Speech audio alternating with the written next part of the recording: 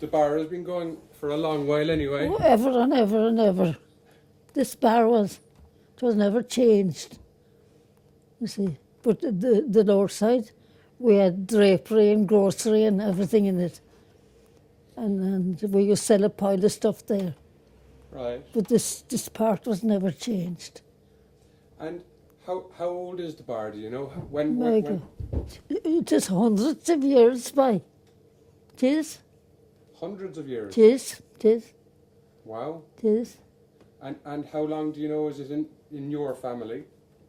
Oh, it is, well, you see, it comes down in the family. The Levises were always in it. Oh, really? So Yeah. when it was open first, it was a Levis's pub? Yes, I'd say yes. Well, as far as I know. And would you have any idea how many generations, roughly? Oh, God, no. No. Did you grow up in this town? I did. I went to school here, over to school over there. We had a teacher, we had two teachers. We had Miss Donnell and Mrs. O'Connell. And Miss Donnell was a character. She lived in a pub too. And one time Mrs. O'Connell got a letter down from Dublin to fill in about her, you know. And Mrs. O'Connell filled in her own part and she gave it to Miss Donnell to fill in. She said, "No, Miss Donnell," she said, "you fill in your own part." And Miss Donnell took it from her and she wrote, "Having my food in the pub, but sleeping with the man next door." And it went up to Dublin. There was never another word. And you know, she hated the man next door. But she was an awful character. So what kind of a town is Ballydehob? What kind of a village is Ballydehob, if you were to explain it to an outsider? Well, you know, it is a nice village, and it depends on the person themselves, whether they like it or not, you know. But most people do like it when they come, you know. Everybody talks to them. That's the one thing. They're very friendly, like. Oh, there's a creamery out here right near us. And the men used to be at the creamery with the milk. And they'd be having the gossip. They'd have a great chat. And when Miss Donnell used to be passing, Miss Donnell was a fat woman, you know. And one day she was passing and her drawers fell down. It was tied with a string, you see. It fell down. And she caught it and she folded it up neatly and put it under her arm. And she turned around and she says, "Good morning, gentlemen," to the creamery man. So they never stopped laughing. And you've plenty of Christmas decorations up? Oh, we have. Just the others there put them up. But I keep them they're handmade. And I keep them, I put them away. You see, we had an artist here that used to do a lot of things that way. And but everything she ever did, I kept anything she did, you know. Great. And she was very good. And did she make the decorations? She did. But, well, I copied them and I made a lot of them myself. Yeah. So, would they be 20 years old or more? Oh, they're that much anyway. They're a good. I have them a long time. And I have footballs up there. The Steelers. The who? The Steelers. Who were the Steelers? They're from America. They were an American team. And they came to Dublin one time playing a match. And they just happened to come here, the owners of them. And they were very nice people. And they gave you the ball? Yeah. But we always had our Christmas dinner in there at that table in the kitchen. And there was a few of the men around the town there that had no homes or anything. And they always came in and had their dinner with us. You know, they'd come in and sit into the table, no bother to them. That was very nice of you to invite Oh, them. but we'd always give them the dinner. Yeah. And did you enjoy working in a bar all your life? Yes, I did. It wasn't hard work at all. She would be talking to everyone. telling him lies and everything. And how was this Christmas for you? Was there people coming by? I hear it's No, it was snowing. very quiet this Christmas. Yeah. I'm not able to move around out there like I used to now. So I sit down. Would it be rude if I asked you what age you were? What age? What do you think now? Well, I'd say you're as old as my granddad anyway. How old is he? He's coming up to his 80s anyway. Well, for God's sake, I'm a lot older than that. Are you? I am. I'm over the 100. You're over 100. I am. Jeez. I am. You were born in 19... Something that I am.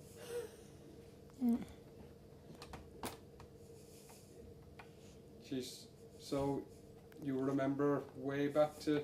Well, I remember and I don't, you know. My memory isn't as good as it was. But I do the best I can. And what do you want to know? Just... I'll tell you, if I can. Yeah.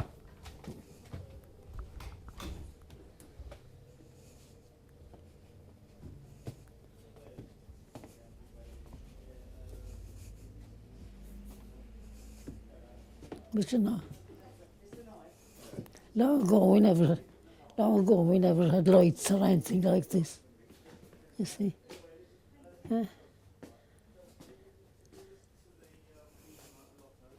Them foremen up there, they're from Bantry, the foremen.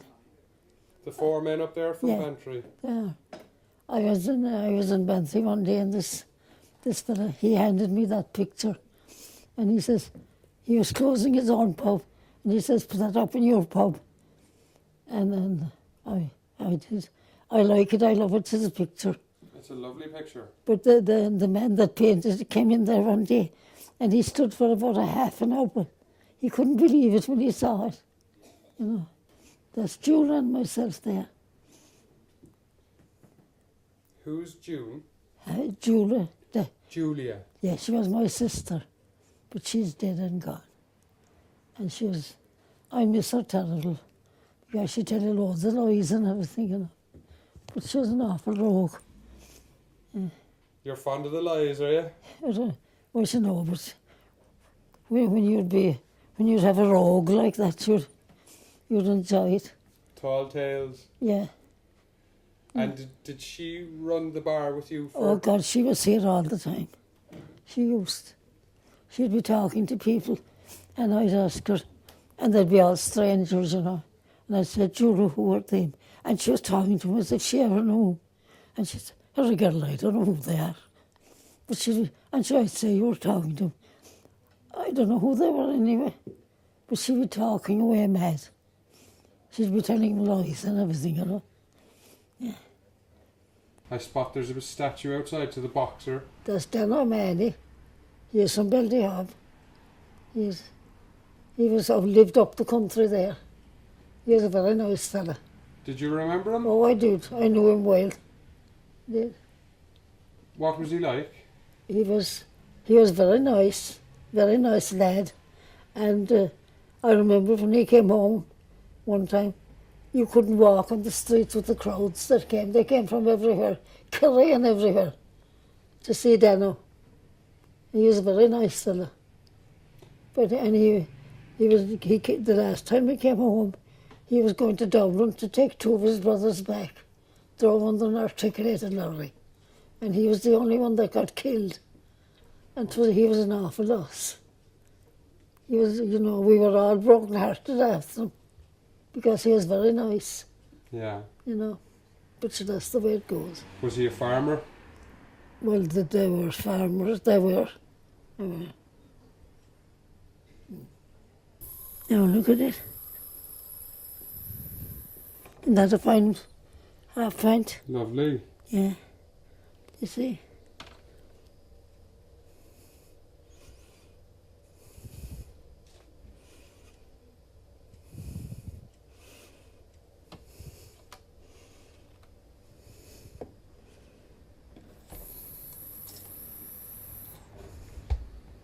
My hand is a bit shaky. That's It's all right. I'm sure that won't affect the quality of the pint. No. Lovely.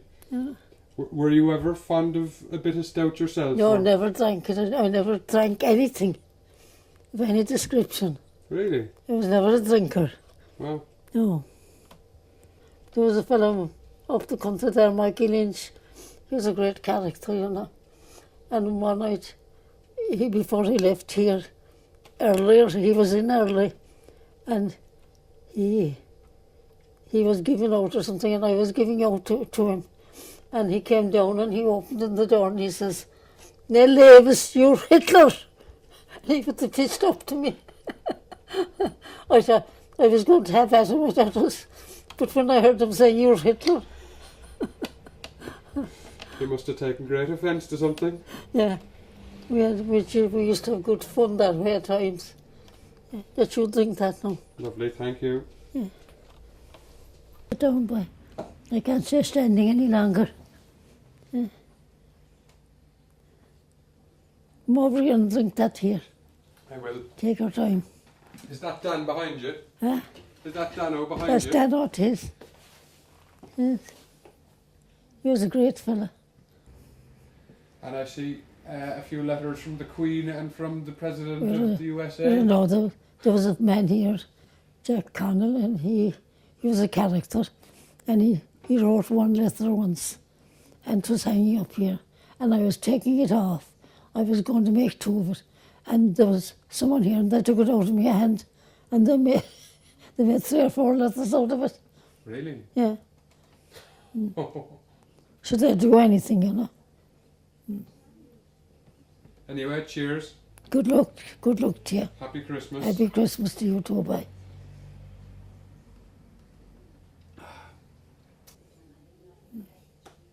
And would you be able to remember the Troubles, or is that too far back? I remember the black and tans. Really? I do.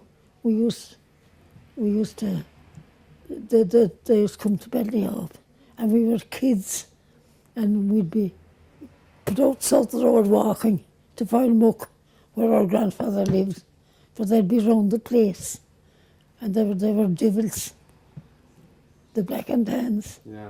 Did they cause much trouble around here? We said they didn't cause too much trouble at all, They were all right. but they were there like, and they had the bad name anyway. Yeah. Great. Well, thank you very much Not for at that. all, dear. You're very welcome. It was nice to talk to you. Nice to talk to you too. And,